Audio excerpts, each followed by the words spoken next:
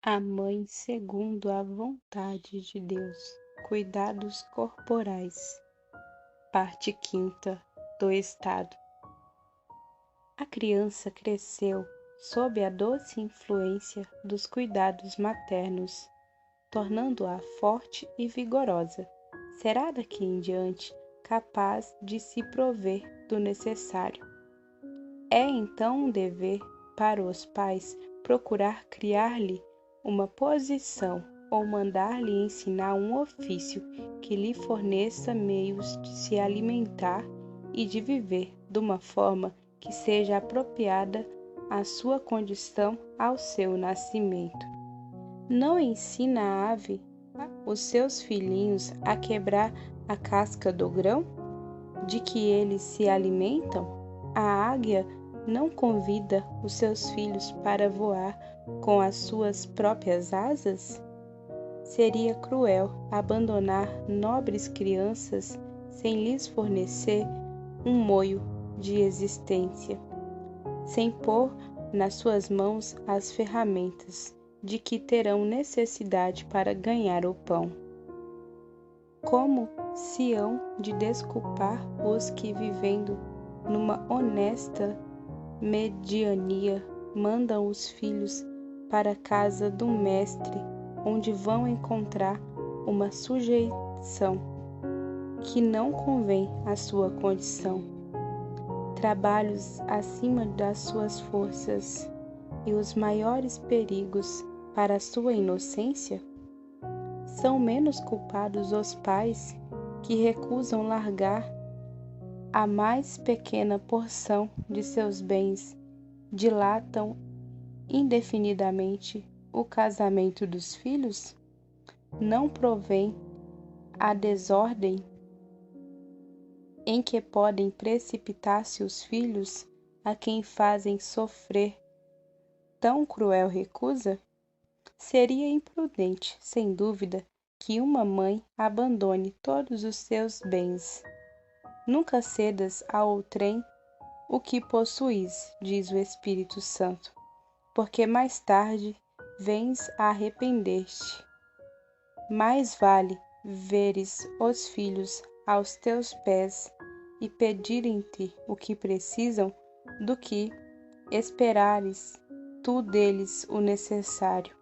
Quantas mulheres na velhice estão reduzidas à mais horrível miséria por terem dado tudo aos seus filhos? Mas para que não hão de ceder aos filhos que estão em idade de se estabelecer uma parte do que a morte os constrangerá em breve a abandonar? Seria indigno de uma mãe cristã recusar o dote a um filho que Deus chama à vida religiosa. Mas é preciso dizê-lo num século em que todos têm sede de comorbidade, num século em que todos querem elevar os seus a uma posição elevada, devemos menos prevenir as mães contra a negligência de que acabamos de falar, do que contra um desejo imoderado de procurarem os seus filhos uma posição mais elevada ou mais brilhante que a de seus pais. A mãe que faz 1000 esforços para fazer a felicidade daqueles que ama é fazer a sua desgraça, atraindo seu desprezo. Um personagem dizia a um porteiro: quando cá voltar esse sujeito que acaba de sair, diz-lhe que não estou em casa. O velho voltou 1, 2, 3 vezes, e a resposta era sempre a mesma. No fim, o pobre homem desatou a chorar e exclamou: é muito duro ser expulso da casa do seu próprio filho. O porteiro, constrangido, pôs-se a chorar com ele, e este velho era afetivamente o pai do personagem em questão.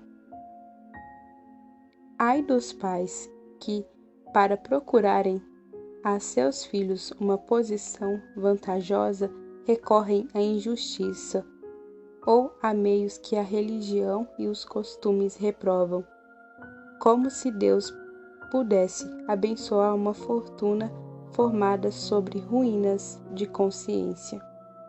Sexto, uma palavra acerca da agricultura. Seria agora a ocasião de falar das diversas profissões e carreiras que podem abraçar os jovens. Se excetuarmos algumas que são marcadas pela infâmia e que, por consequente, não podem ser escolhidas por uma mãe cristã, todas são úteis para o bem da sociedade, todas têm dado eleito ao céu. Abstermos de tratar das vantagens e dos perigos que cada uma delas pode oferecer. Falaremos de um estado muito desprezado e todavia estimado sobre tantas relações. Falo da agricultura, desta arte que se pode chamar a base da formação dos povos. A agricultura de que todos os poetas cantaram os encantos e que tão honrada foi por todos os povos. O ponto a ser considerado, a honra da virtude. Segundo a expressão dos nossos livros santos, a agricultura foi criada pelo Altíssimo e o próprio Deus nos proíbe de desprezar. É porque ela produz a saúde, a virtude e a fé, três dos mais preciosos bens. A loja, o armazém, o escritório, o gabinete são lugares bem tristes, nauseados e doentios, exclama um escritor contemporâneo. E quantos sofrem aí dentro encarcerados esses pobres forçados que a indústria, o comércio, o estudo e os negócios aí retêm de manhã até à noite, em que o corpo se tortura e a alma se aniquila. Mas a oficina do aldeão é a imensidade dos campos. Aí, sob a benéfica influência de um ar puro e abundante, desenvolve-se as forças físicas do lavrador, que é sustentado por alimentos sãos e fortificado por violentos, mas salutares labores. Por isso é que quem quiser encontrar membros vigorosos, corpos robustos e velhos ainda ágeis e valentes, em avançada idade, nada mais tem do que dar um passeio pelas aldeias e travar conhecimento com seus habitantes. Com a saúde floresce muitas vezes a virtude no seio da vida do campo. Os penosos trabalhos da agricultura fadigam o corpo, reprimem-lhe as revoltas. A alimentação simples e frugal do lavrador deixa adormecer o fogo das paixões, que os exemplos perseverosos do mundo não são capazes de despertar. É também entre os lavradores que se encontra ainda viva essa fé dos nossos pais, que parece hoje prestes a extinguir-se. Se há um fato que não sofre contestação, escreve um autor, é que as provações agrícolas são por toda parte mais religiosas. Noutros estados, não sendo o homem testemunha senão das obras do homem, esquece mais facilmente do seu Criador, cuja ação não lhe é perceptível. O sentido autor de tudo o que rodeia, conta consigo próprio e julga o poder de passar sem Deus. Mas o lavrador está sempre em face das obras maravilhosas do Criador. Todos os dias o Senhor patenteia aos seus olhos os tesouros do seu poder e da sua misericórdia, e muitas vezes também faz estalar sua cólera.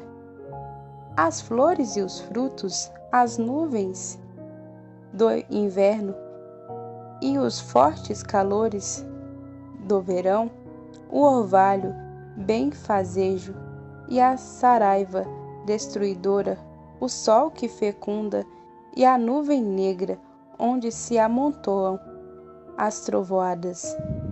Tudo isso fala de Deus ao lavrador, que lhe faz sentir a sua dependência daquele cuja misericórdia ele esperava o pão de cada dia, cuja cólera, caso se desencadeie, o deixaria sem recurso.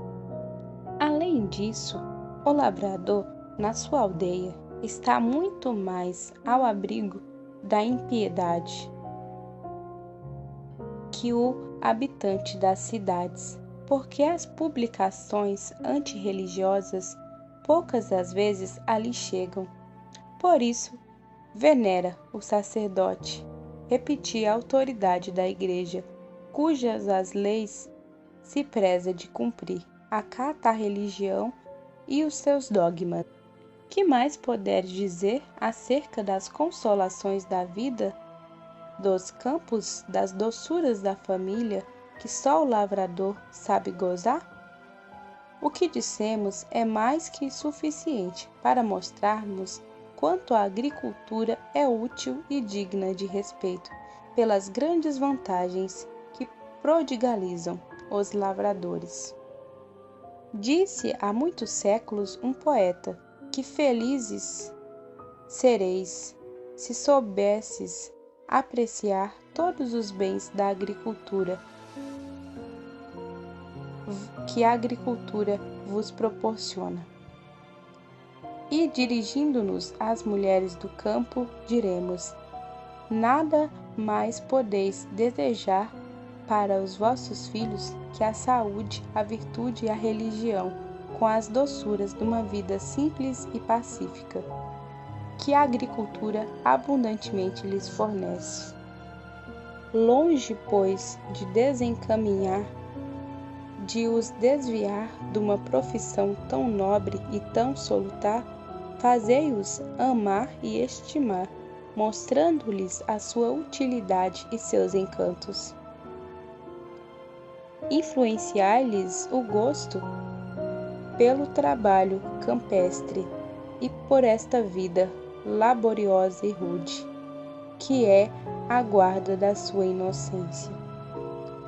Ensinai-lhes a amarem este campo regado pelo suor dos seus pais, essa choupana onde morrem os seus avós. Inspirai-lhes a aversão por esta mania, hoje tão espalhada, de fugirem para as cidades, embora haja quem lhes aconselhe arredeamente a fazerem-no. Mas hoje segue-se, infelizmente, outro caminho. Apenas um rapaz atinge 15 anos e mandam-no procurar um emprego na cidade.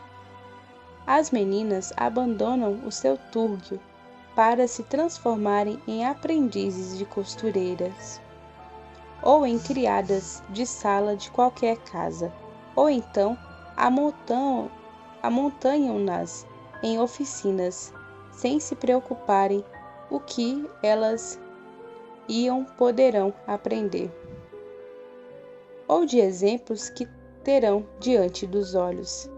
Mas, dizem os pais, aí ganham mais e com menor trabalho.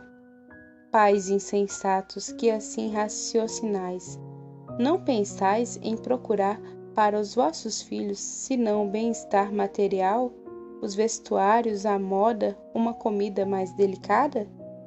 A inocência não vale nada? E a sua salvação eterna? Por que atirais as vossas filhas para longe, para um mar tempestuoso onde provavelmente naufragarão? E perdida a virtude, é talvez a fé. Consolai-vos com este pensamento de abundância em que vivem. São esses os vossos sentimentos cristãos? Mas essas grandezas, esses sonhos de felicidade dificilmente se realizam. Por quê? Se na cidade se podem encontrar empregos mais lucrativos, gastam também muito mais. A saúde altera-se com muito mais facilidade. A vida no campo, diz um escritor, é menos brilhante, mas é a mais segura, a mais sólida.